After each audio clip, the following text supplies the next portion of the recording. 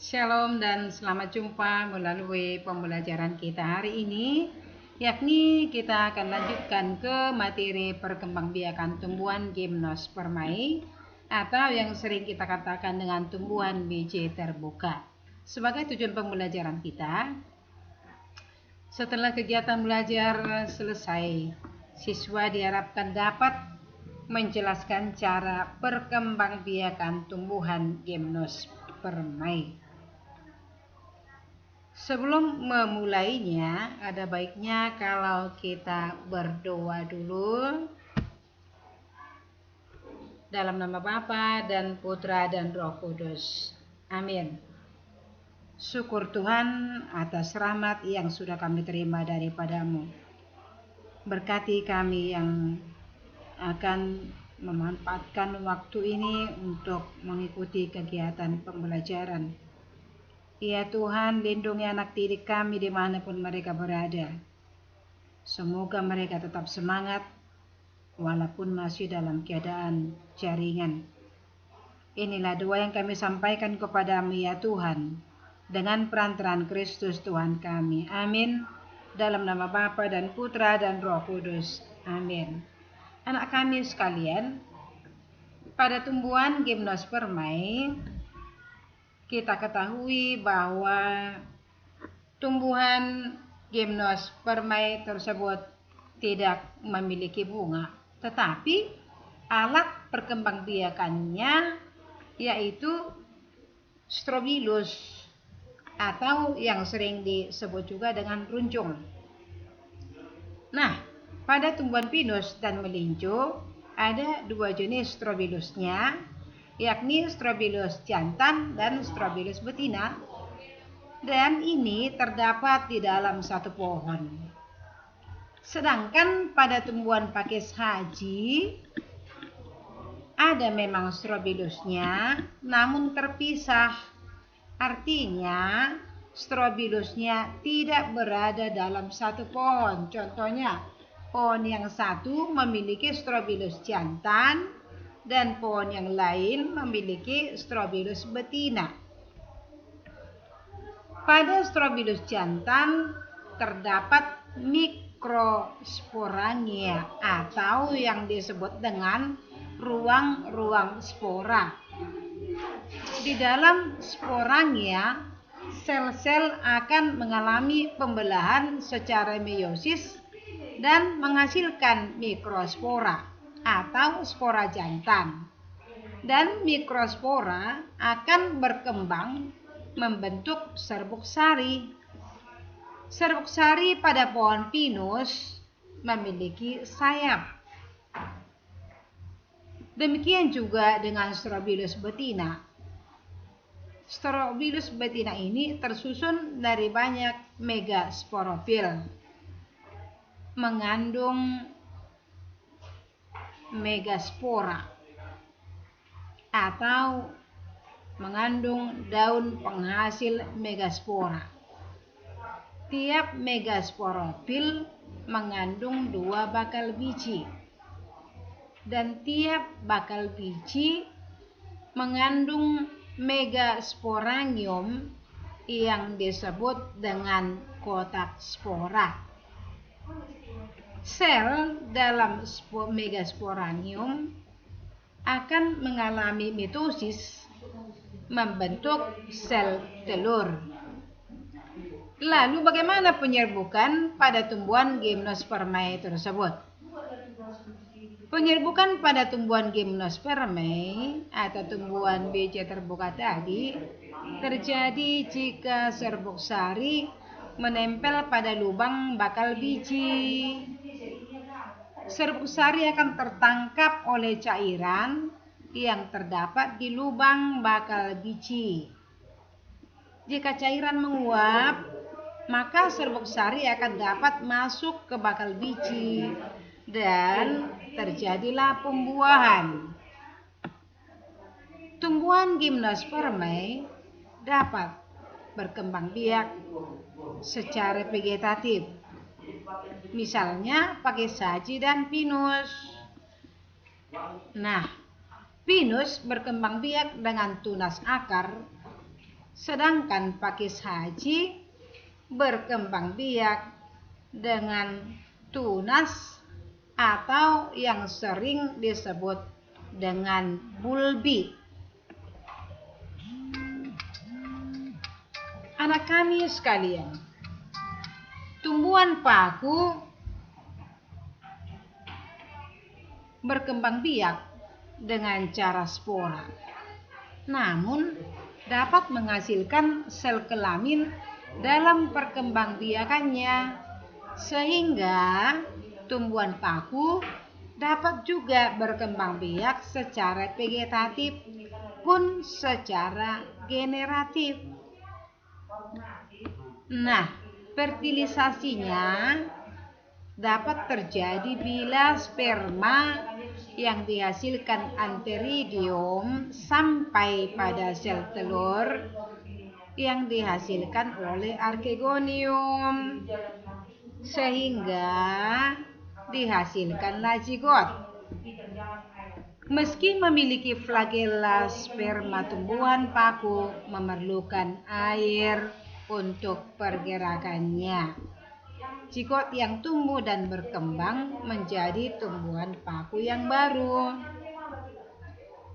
Perkembangbiakan vegetatif pada tumbuhan paku dilakukan dengan rizom yang dapat tumbuh ke segala arah dan membentuk koloni tumbuhan paku yang baru. Anak kami sekalian, selain tumbuhan paku, juga ada tumbuhan lumut atau bryophyta, sedangkan tumbuhan paku tadi disebut Pteridophyta. Bagaimana perkembangbiakan tumbuhan lumut? Perkembangbiakan tumbuhan lumut terjadi secara generatif pun dapat terjadi secara vegetatif. Kenapa? Lumut memiliki antheridium yang dapat menghasilkan sel sperma, dan archegonium dapat menghasilkan ovum. Bagaimana fertilisasinya atau pembuahannya? Nah, fertilisasi terjadi jika sel sperma sampai pada ovum yang terdapat pada archegonium dengan bantuan air, maka zigot akan tumbuh dan menjadi tumbuhan lumut yang menghasilkan spora. Bila spora yang dihasilkan jatuh ke tanah yang subur, maka dia akan tumbuh menjadi protonema. Kemudian tumbuhan lumut tadi akan menghasilkan sel kelamin.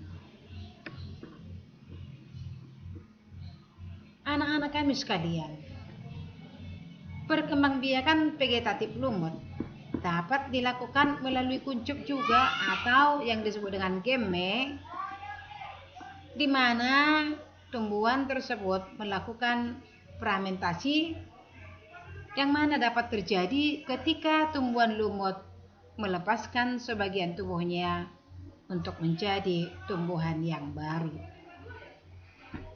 Oke anak kami sekalian, Ibu harap kamu paham dengan perkembangbiakan tumbuhan paku dan tumbuhan lumut atau tumbuhan Pteridophyta dan tumbuhan Bryophyta.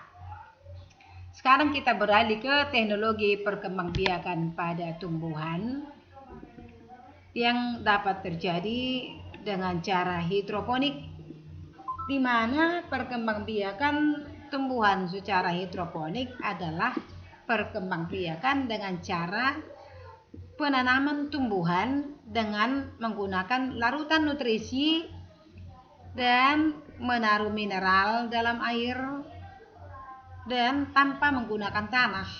Namun ke dalam air tersebut ditambahkanlah yang lain, misalnya kerikil atau arang, atau boleh juga dengan sekam, boleh juga dengan spons atau serbuk kayu. Nah, contoh tanaman yang bisa dijadikan sebagai tanaman hidroponik misalnya adalah tomat. Adakah tomat yang hidup dalam air? Nah, biasanya perkembangbiakan tomat di dalam tanah. Namun yakinlah, pasti ada tanaman tertentu yang bisa ditanam dengan media air, ada dengan media tanah. Nah, selain tomat, timun, terong, dan selada juga dapat dikembangbiakan secara hidroponik. Lalu cara yang kedua adalah dengan vertikultur. Apa itu? Dengan media vertikultur atau metode vertikultur itu sebenarnya apa? Vertikultur itu merupakan metode atau cara budidaya tanaman dengan membuat instalasi bertingkat atau secara vertikal yang tujuannya adalah untuk meningkatkan jumlah tanaman. Biasanya teknik vertikultur ini sangat cocok digunakan di wilayah perkotaan dengan lahan yang sangat terbatas. Misalnya membuat tanah di dalam polybag atau membuat tanah di dalam wadah yang sudah rusak, yang tidak bisa digunakan lagi sebagai peralatan dapur, misalnya ember-ember yang bocor, gayung-gayung yang bocor, atau bisa jadi tempat-tempat yang lain lah. Yang penting peralatan tersebut tidak bisa digunakan lagi dengan baik. Lalu ada juga dengan teknik kultur jaringan tumbuhan. Maksudnya apa itu? Maksudnya adalah cara tersebut digunakan sebagai suatu perbanyakan tumbuhan dengan mengambil suatu bagian dari tanamannya, misalnya dari akarnya kah, dari daunnya kah, dari batangnya kah. Yang penting dari suatu organ tumbuhan tersebut bisa dikembangbiakkan, ya, lalu ditumbuhkan dalam kondisi steril pada medium yang mengandung nutrisi atau zat makanan dan zat pengatur tumbuh, atau itulah yang dikatakan dengan pupuk TSP. Itulah yang dapat mengatur pertumbuhan hormon pada tumbuhan. Bagian tanaman tersebut nantinya dapat memperbanyak diri dan berkembang menjadi tanaman yang memiliki akar, batang, dan daun yang sempurna.